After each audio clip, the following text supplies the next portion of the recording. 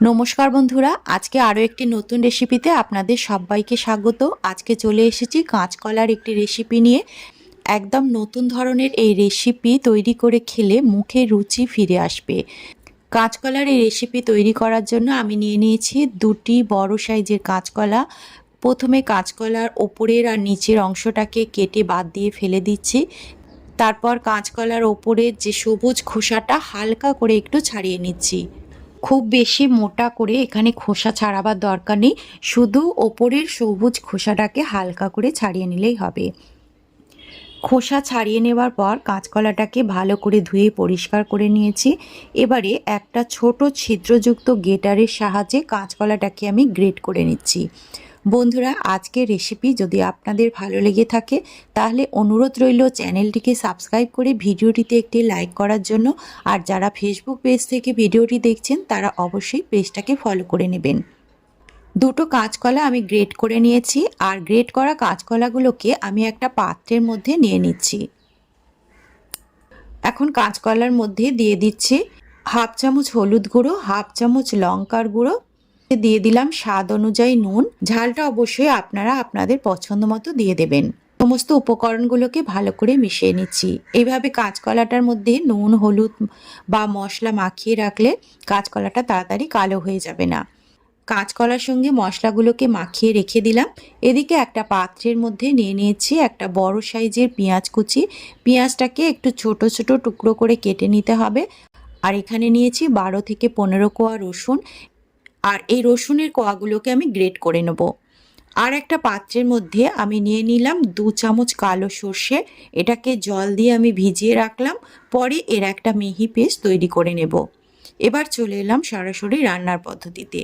কড়াইয়ের মধ্যে 2 চামচ সর্ষের তেল দিয়ে দিলাম। রেসিপিটা অবশ্যই সর্ষের তেলে করবেন, তবে টেস্ট অনেকটা ভালো হবে। তেলটা ভালো করে গরম হয়ে যাওয়ার পর এর মধ্যে একটু ফাটিয়ে রাখা দুটো শুকনো লঙ্কা দিয়ে দিলাম, আর দিয়ে দিলাম হাফ চামচ কালো জিরে। অবশ্যই কালো জিরেটা ব্যবহার করবেন। শুকনো লঙ্কা আর কালো জিরেটাকে কয়েক সেকেন্ড নাড়াচাড়া করে ভেজে নেব। যখন এর মধ্যে থেকে একটা সুন্দর গন্ধ বেরোতে আরম্ভ করবে তখন এর মধ্যে দিয়ে দিলাম কেটে রাখা পেঁয়াজটা, এবং পেঁয়াজের সঙ্গে আমি গ্রেট করে রাখা রসুনটাকেও এর মধ্যে দিয়ে দিলাম। পেঁয়াজ আর রসুনটাকে কয়েক সেকেন্ড নাড়াচাড়া করে ভেজে নেব। খুব লাল করে ভাজবো না, জাস্ট পেঁয়াজ এবং রসুনের যে কাঁচা গন্ধটা আছে সেইটা চলে যাওয়া পর্যন্ত পেঁয়াজ রসুনটাকে একটু হাই ফ্লেমে রেখে ভেজে নিলাম। পেঁয়াজ রসুন ভাজা হয়ে যাওয়ার পর এখন এর মধ্যে দিয়ে দিচ্ছি মেখে রাখা কাঁচকলাটা। মশলা দিয়ে যে কাঁচকলাটা মেখে রেখেছিলাম সেই কাঁচকলাটা এর মধ্যে দিয়ে দিলাম। আর কাঁচকলার মধ্যে আগে থেকেই নুন দেওয়া ছিল, তাই রেসিপির মধ্যে আর আমি নুন ব্যবহার করলাম না। এখন কাঁচকলা এবং পেঁয়াজ রসুন বেশ ভালো করে মিশিয়ে দিলাম। তারপর এটাকে ঢাকা দিয়ে গ্যাসের ফ্লেম লো করে দিয়ে কাঁচকলাটা একটু সেদ্ধ হওয়ার জন্য কুক করে নেব 5 থেকে 10 মিনিট মতো। 5-7 মিনিট কুক করে নেওয়ার পর আমি ঢাকাটাকে খুলে নিলাম। এখন কাঁচকলা কিন্তু প্রায় 60% মতো সেদ্ধ হয়ে এসেছে। যেহেতু কাঁচকলাগুলোকে আমি গ্রেট করে দিয়েছি তাই একটু ঢাকা দিয়ে দিয়ে এই রেসিপিটা করতে হবে, তবে কাঁচকলাটা সুন্দরভাবে সেদ্ধ হয়ে যাবে। এখন আমি রেসিপির মধ্যে দিয়ে দিচ্ছি আগে থেকে বেটে রাখা সর্ষেটা দিয়ে ভালো করে মিশিয়ে দিচ্ছি। আর যেটুকু কাঁচকলা সেদ্ধ হতে বাকি আছে এই সর্ষের জলেতেই কিন্তু খুব সুন্দরভাবে সেদ্ধ হয়ে যাবে।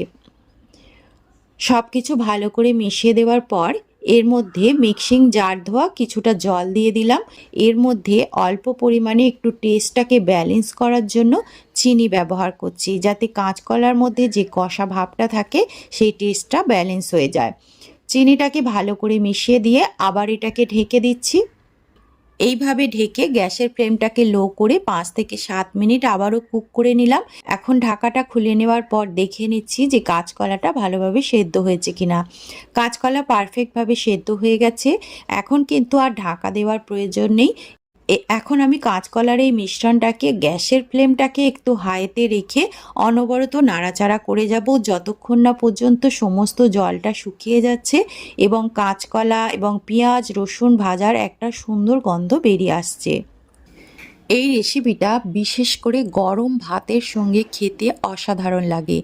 যদি আপনাদের কিছু খেতে ইচ্ছা না করে বা ভাত খেতে ভালো লাগছে না, তাহলে এই রেসিপিটা একবার ট্রাই করে দেখবেন, মুখে রুচি ফিরিয়ে আনবে। প্রায় 5 থেকে 7 মিনিট সময় ধরে আবারও আমি নাড়াচাড়া করে নিয়েছি। এখন দেখুন জলটা একদম শুকিয়ে গেছে আর এই মিশ্রণটা কড়াই ছাড়তে আরম্ভ করে দিয়েছে, বেশ দলা পাকিয়ে গেছে। আর এই সময় পেঁয়াজ, রসুন এবং কাঁচকলা ভাজার একটা সুন্দর গন্ধ বেরিয়ে এসেছে।